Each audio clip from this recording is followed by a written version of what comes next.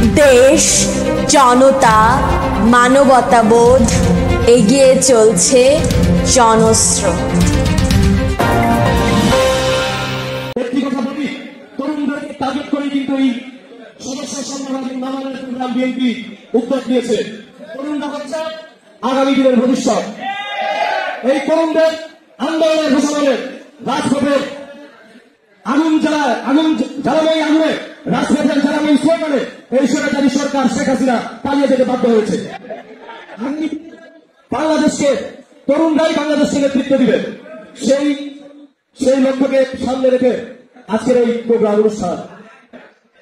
দীর্ঘ 19 থেকে 20টি বছর এই তরুণরা ভোট দিতে পারে নাই।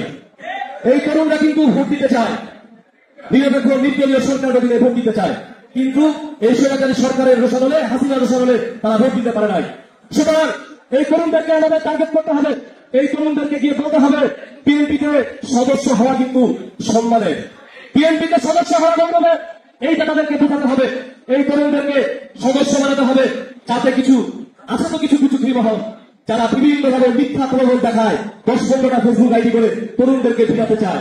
কিন্তু তরুণরা জানে এই দল শহীদ প্রেসিডেন্ট জিয়া রহমানের আদর্শ দল। তরুণরা জানে এই দল আদর্শ দেশের বেগম খালেদা জিয়ার দল। তরুণরা এই দলেই আসবে, এইখানেই সদস্য সংগ্রহ এবং তারা নবায়ন হয়ে এই জিয়ার আদর্শের সৈনিক হবে বলে আমি বিশ্বাস করি। একটি কথা আমি বলতে চাই, এটা খুবই সতর্কতার সাথে আমাদেরকে সবাইকে, শুধু যে আমাদের মামুন মাহমুদ কাকা বা রাজীব ভাই এদেরই দায়িত্ব তা কিন্তু নয়, আমাদের প্রত্যেকটি ওয়ার্ড এবং বিভিন্ন অঙ্গ সহযোগী সংগঠনের প্রত্যেকটি নেতার দায়িত্ব হচ্ছে সদস্যের সংগ্রহ করতে গিয়ে যাতে আওয়ামী লীগের কোনো প্রশ্ন আমাদের মধ্যে না করতে পারে। এখন যেরকম দেখতেছেন না, ভাই ভাই ভাবে বিভিন্নভাবে সম্পত্তি মানে যখন আওয়ামী লীগ ফিরে শুরু করবে আপনাদের রূপ তাদেরকে দেখবেন। আমরা কিন্তু ভুলে যাই না আমাদের অত্যাচারের কথা। যখন আমাদের জায়গা জমি দখল করে নিয়েছে, যখন আমাদেরকে রাস্তাঘাটে রক্তাক্ত করেছে, একের পর এক মামলা দিয়ে আমাদেরকে চলে ঢুকিয়েছে, আমরা কি ভুলে গিয়েছি নাকি ভাই? সুতরাং সদস্য সংগ্রহ করতে গিয়ে যাতে কোনো সন্ত্রাসী আওয়ামী লীগের দোষরা যাতে নতুন করে বিএনপিতে অনুপ্রবেশ না করতে পারে, সেই দিকে আমাদের সিনিয়র নেতৃবৃন্দদেরকেও খেয়াল রাখতে হবে। পাশাপাশি তৃণমূলে আমরা যারা আছি আমাদেরকে সতর্ক থাকতে হবে যাতে কোনোভাবে এই দলের মধ্যে কোনো আওয়ামী লীগের দোষরা না ঢুকতে পারে।